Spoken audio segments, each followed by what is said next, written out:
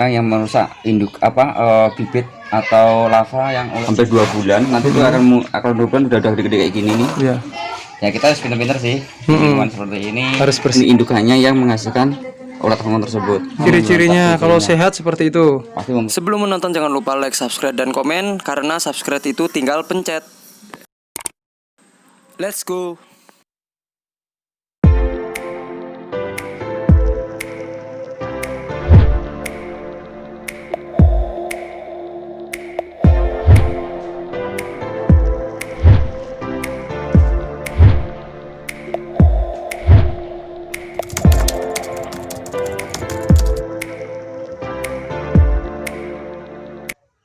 Ya, nama saya Iskia Andri Setiawan, dipanggil Andri. Alamatnya perumahan Karangjoang Asih 2 di kilometer 11. Ya, gimana caranya untuk budidaya sih sebenarnya kan sudah ke cara perawatan dan penampungan untuk ulat hongkong, Ya, terutama di Kota Balikpapan lah. Nah, demi kebutuhan pasar selama ini agak lumayan besar sih potensi pasar untuk ulat hongkongnya sendiri, karena untuk peternak lokal masih belum memadai atau mencukupi stok yang ada. Seperti itu. Nah, ini berarti kerja bisa dikatakan sampingan ya Mas ya? Iya. Jadi memang kebetulan saya masih ada ikut di swasta, tapi masih ada longgar waktu ya saya manfaatkan untuk yang bisa menghasilkan ya. Jadi kayak ini jual beli ulat hongkong seperti itu. Jadi untuk wilayah Balikpapan, kalau misalkan pembelian itu Mas, itu melayani kios ya? Kalau untuk kios sih sebenarnya ada, kadang-kadang ada, tapi kebanyakan saya ke pengepul langsung. Pengepul langsung ya? Karena kan dengan kuantiti besar dan partai besar. Kalau untuk kios ya, kalau kasarnya saya mau ke kios berarti kan kasihan juga kan, orang nggak mau berbagi rezeki kan. Iya, betul. Jadi kita mau berbagi ya untuk melayani yang partai-partai besar aja sih. Kalau kayak gini Mas, perawatannya seperti apa itu Mas? Dari awal sampai layak jual gitu. Nah, kalau dari segi perawatan sendiri kan ada umur nih. Untuk normalnya sih sebenarnya di umur 6 minggu 7 sampai 7 minggu sih udah normal untuk pemasaran. Tetapi ada juga orang yang minta di umur 3 minggu atau sampai 4 minggu. Itu karena dia lebih kecil. Nah, lebih kecil itu untuk bisa beruang kecil kayak cimblek, kayak cimblek lah, intinya mau beruang kecil. Tapi kalau yang udah gede ya kayak murai, kayak kacer, rica hijau, seperti itu sih. Perawatan dari awal itu sampai panen itu biasanya berapa bulan Mas? Atau berapa? Tergantung tergantung. Dari 0 hari itu mulai bibit dipisah sama indukannya itu kurang lebih 15 hari lah. 15 hari itu sudah muncul larva-larva kecil. Larva-larva kecil. Ya, larva-larva kecil itu kita udah mulai kasih makan. Ya boleh pur, boleh buah-buahan lah paling tidak untuk minumnya. Nah itu nanti akan muncul, cuma itu harus perlu perhatian. Itu memang kadang-kadang ada masuknya hama lah atau jamur. Nah disitulah betul-betul butuh penelitian karena akan banyak posisi larva itu tidak akan jadi ulat. Nah untuk mengatasi seperti itu sih ya paling tidak kita memperhatikan secara detail ya. Apa sih jamurnya, apa sih penyebabnya. Kadang-kadang ada bakteri-bakteri seperti bakterinya. Nah seperti inilah, ini kadang-kadang yang merusak induk bibit atau lava yang ulat yang mau menetas. Itu apa itu Mas tadi namanya? Nah kalau ini sih benalu ya? Benalu ibaratnya parasit ya. Parasit kerbau sih kalau orang ngomong kan kayak gitu. Nah untuk menghindari ini ya paling tidak kita harus rajin untuk mengambilinya. Kalau ada memang harus kita ambil buang. Terus ini makannya apa nih Mas? Nah kalau untuk dari pola makan sendiri itu bisa dari singkong atau pepaya. Kalau ini apa ini? Kalau ini batang pepaya. Nah batang pepaya ini fungsinya untuk pendingin. Jadi memang ulat hongkong ini memang kita dingin juga nggak bisa, panas apalagi kan gitu. Betul. Nah makanya untuk menyiasati untuk bisa stabil ya kita paling tidak pakai ini batangnya pisang sama pepaya kayak gitu. Cuman kalau batangnya pepaya ini dia kadarnya nggak terlalu tinggi, beda sama batang pisang. Terus apalagi Mas biasanya yang perlu diperhatikan sama pemula budidaya ulat hongkong ini? Nah untuk kalau pemula sebenarnya dari media sendiri iya. Cara memberi makannya, perawatannya itu pasti harus kita perhatiin. Dan apalagi kalau yang sudah mau siapannya seperti ini pasti banyak yang mati kan. Nah posnya hitam ini seperti ini hasilnya. Kenapa mas banyak mati gitu? Nah, atau sudah umurnya atau bagaimana? Bukan, hitam ini mungkin karena posisi satu kena lembab, pastinya kena lembab. Kena lembab ya? Ya, karena kelembapannya nggak teratur, akhirnya dia mati. Nah, kalau lembab itu mati, kalau nggak cepat bisa, itu akan cepat menular ke temannya lain-lain. Kalau untuk budidaya gini kan di perumahan ya, budidaya rumahan kayak gini biasanya yang betul-betul diperhatiin kalau untuk budidaya ulat hongkong ini apa mas? Lingkungan terutama kebersihan lah mas. Kebersihan ya mas ya? Karena kan kebetulan kan kalau salah satu banyak orang yang apalagi dari pihak-pihak ibu-ibu ya pasti dengan masalah ulat. Gimana caranya kita menyiasati atau membuat orang itu tidak geli ke mana ke ulat ini ya sebenarnya apa ya maksudnya ya kita harus pintar-pintar sih lingkungan seperti ini harus bersih terus paling tidak aromanya cepat dibersihin. Kita bersih supaya nggak menimbulkan aroma yang tidak diinginkan. Oh gitu. Kalau untuk prosesnya mas awalnya itu jadi dari apa dulu ya, dia kepompong atau bagaimana? Jadi awalnya itu sebenarnya ulat yang sudah umur kurang lebih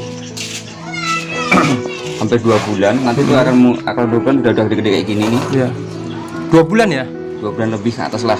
Ini akan gemuk-gemuk seperti ini dan nanti akhirnya dia akan menjadi kepompong seperti ini. Ini kepompong yang mau calon-calon indukan. Calon indukan? Ya, calon indukan, cuman ini kan calon indukan yang sudah bahasanya sudah sortiran jelek, jadi memang kita nggak pakai. Nah kalau sudah jadi kepompong nanti akan menjadi kumbang. Nah kumbang-kumbangnya kan seperti apa kumbang? Ada berapa proses gini mas?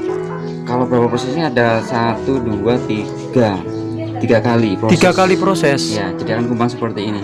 Nah nanti ini kepe ya bisa dikatakan. Kepe ini indukannya yang menghasilkan ulat hongkong tersebut.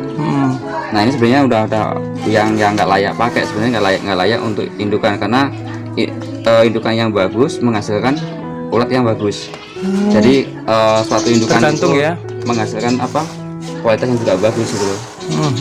Kalau suatunya jelek, indukan jelek kayak gini, udah ini nggak bisa kepake. Nggak bisa kepake? Nggak bisa kepake karena juga nanti hasilnya juga akan jelek pasti. Gitu. Kriteria yang bagus itu seperti apa mas? Ya pasti ulat awalnya sebelum jadi kepompong pastikan dulu ulat itu sehat. Sehat. Dalam artian sehat itu? Dalam artian sehat kan gini. Ulat hongkong untuk melihat sehat enggaknya itu waktu dipegang kayak gini dia akan berontak. Oh itu ya? Ya. Ciri-cirinya kalau sehat seperti itu. Pasti memberontak. Tapi kalau ulat hongkongnya waktu ditekem ditekem kayak gitu, dia akan diam aja, lemas aja. Oh lemas. Ya. Seperti itu.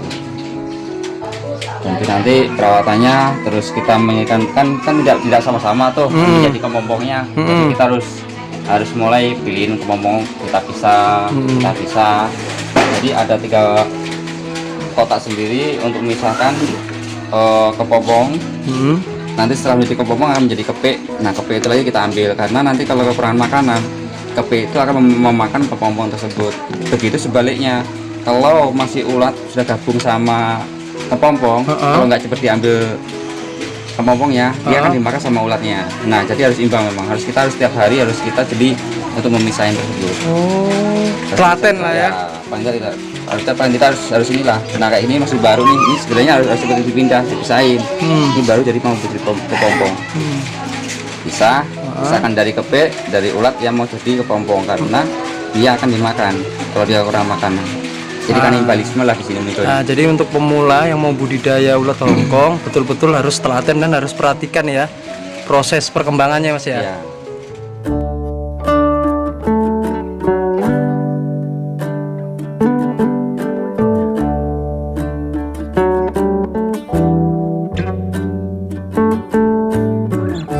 Prosesnya ulat hongkong itu mas, itu dari kepe atau dari kepompong itu ya tadi itu ya? Ya, ini kan dari ulat. Ulat yang kita ulat itu kita supaya menghasilkan indukan yang sehat, yang bagus. Kita harus mencari ulat juga yang kondisinya juga bagus. Jadi pilihan. Memang kita kalau mau mencari suatu hal yang bagus, paling kita milih bibitnya juga yang bagus dulu kan. Nah ulet menjadi kepompong kita pisah. Nanti kalau sudah kita pisah, kepompong itu kan menjadi kepe. Nah, kepe itu kita pisah jadi kepompong supaya tidak ada kanibal di situ. Apalagi kekurangan makanan. Karena kalau kekurangan makanan di situ, ulet akan memakan kepompong. Begitu juga sebaliknya, kepompong akan memakan kepe kalau itu nggak dipisah. Nah, kalau sudah jadi kepe, kita siap paling tidak kita karantina dulu tuh. Anggapnya kita sudah mendapat kepe itu 1 kilo untuk media pembuatan pembibitan untuk 1 kilo kepe kita karantina selama kurang lebih 3 hari ya. 3 hari. Makan, masih kita rawat supaya dia tidak stres. Nah, selama 3 hari kita sudah karantina, kita siapkan medianya. Nah, kalau untuk media sendiri itu banyak pilihan sebenarnya. Lagi di Kalimantan ini atau sama Balikpapan tuh untuk dedek padi, pur atau jagung itu banyak sekali. Cuman yang paling bagus paling tidak ya pakai polar namanya. Polar itu apa Mas? Nah, polar itu jenis kayak apa ya? Polar itu dedek sama dedek tapi dedek dari gandum. Nah, untuk Balikpapan sendiri itu akan sangat susah itu barangnya. Untuk menyiasatinya berarti penggantinya itu kita pakai dedek padi atau pakai bama. Itu untuk proses media untuk peneloran ya. Pemijahan kepe menghasilkan telur. Nah, sudah kalau medianya itu sudah kita siapkan, anggap aja lah kita pakai media dedek padi sama bama. Kita sudah siapkan, kita sudah fermentasi, kita masukkanlah indukan di situ di tanggal berapa dan hari apa, karena supaya kita tahu pengangkatan pemisahan kepe itu nanti setelah pemijahan. Nah, di situ kita kasih tanggal. Anggap aja di tanggal kita tanggal 1 kita masukkan indukan untuk proses pemijahan supaya menghasilkan telur. Terus untuk sekali telur biasanya itu bisa menghasilkan berapa banyak Mas kepeknya itu? Untuk yang menjadi ulat hongkong ya habis itu ya? Dalam 1 kilo indukan ya maksudnya. Ya, dalam 1 kilo indukan itu kalau kita prosesnya benar, teliti, itu dalam 1 kotaknya bisa menghasilkan ulat itu 5 sampai 8 kilo. 5 sampai 8 kilo ulat 1 kotak. Dalam 1 kotak. Ya, karena posisinya itu nanti dalam 1 kilo indukan itu nanti kita akan pisah-pisah jadikan berapa kotak. Karena untuk supaya menyiasati nggak terlalu penuh. Oh gitu. Jadi kalau untuk hasil maksimalnya itu tadi kita bisa itu berapa kotak, anggap aja lah kalau 1 kilo standarnya 1 kilo indukan itu 2 kotak dia bisa. 2 kotak. Setelah 15 hari kita angkat indukan. Indukannya kita lagi karantina lagi selama 3 hari. Nah, 3 hari kemudian untuk media yang tadi itu yang untuk telurnya tadi itu kita pisah menjadi 2 kotak atau 3 kotak. Nah, di situ nanti akan muncul lava atau ulat baru netas. Disitulah mulai muncul penyakit atau bakteri-bakteri yang bisa merusak telur. Yang seperti yang tadi itu lava tadi itu. Kelebihan sama kekurangannya itu apa Mas? Ya ulat hongkong itu. Kalau kelebihannya sebenarnya dibilang untuk kelebihan atau kekurangannya sebenarnya tergantung kita menjalani ya. Kalau semua yang kita jalani itu dengan ikhlas, lahir batin, asik, semuanya akan asik. Dibilang enak, dibilang susah juga susah. Berarti kita ada rasa kemauan untuk apa ya, rasa memiliki atau rasa karena kan ini masalah kehidupan ya. Jadi sama arti ya apa ya, kita menjaga supaya ini bertahan hidup, membuat ini semua berhasil, gimana kita harus teliti. Berarti yang penting kita berusaha maksimal mungkin ngerawatnya, insya Allah timbal baliknya pasti bagus ya Mas ya. Nah, seperti itu untuk teman-teman ya. Jadinya butuh ketelitian, telaten gitu. Jadi memang sih dalam proses kalau kepe itu tidak hanya sekali panen sebenarnya. Pemijahannya sekali, 2 kali, nggak sampai 7 kali. Nah, kepe itu akan berkurang setiap sehabis pengangkatan untuk pembuatan telur. Dipisah itu pasti ada tingkat kematian kepe tersebut. Pasti itu ya Mas. Karena itu tadi makanya kita harus punya spare untuk kepe. Jadi nanti di indukan pertama 1 kilo itu pasti ada mati ya, berapa biji atau berapa ons kalau kita timbang. Nah, kita nanti ganti lagi, kita tambahin supaya apa, menghasilkan juga sama hasilnya sama kayak pertama. Jadi kita akan continue. Jadi kita akan berlanjut terus, kita panen itu akan berlanjut, nggak putus-putus. Karena kita sebagai peternak itu juga harus menyesuaikan keadaannya, dalam arti jangan sampai kita panen terus panen akhirnya apa? Ya kita nggak jalan akhirnya. Nah disitulah munculnya manajemen sistem operasional. Dalam arti kita berkontinu dalam setiap hari gimana kita bisa panen. Disitulah nanti kelihatan kalau hasilnya di ulat tersebut itu. Jadi kalau untuk apa itu kita mau budidaya di lingkungan perumahan, berarti cuma diperhatikan yang gitu ya Mas ya. Ya, ingat kebersihan.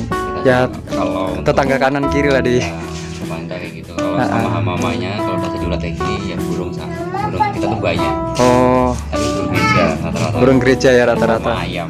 Oke. Hamanya itu aja. Untuk saran untuk pemula sih Mas yang tadi. Ya pahami dulu ulat itu gimana, pola hidupnya ulat itu gimana. Paling tidak seperti itu. Kita harus mencari tahu dulu.